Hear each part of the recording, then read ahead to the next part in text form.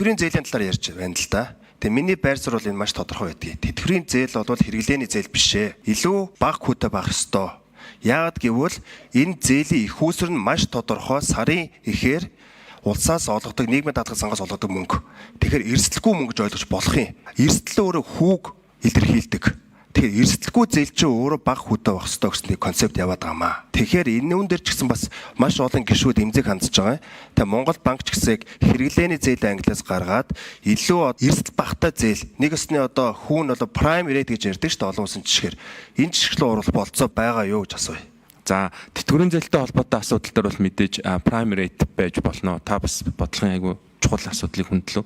Энэ дээр бол Төв банк бол бас адилхан байр суурьтай байгаа. Гэхдээ ер нь бол тэтгэврийн зээл гэдэг нь өөрөө их усврын зардалтай байгаа. Арилжааны банкнаас их усвэр буюу иргэд аж ахуй нэгжүүдээс хадгаламж аваад хадгаламжийнхаа хүү ямар өтгөтэй байна. Түүнтэй уялдуулсан хүү бол тэтгэврийн зээлэнд тооцогдож байгаа. Гэхдээ бол мэдээж эрсдлийн хувьд бол хамгийн бага учраас prime rate-ээр тогтоох бол бүрэн боломжтой гэж үзэж байна. Тантай санал нэг байна.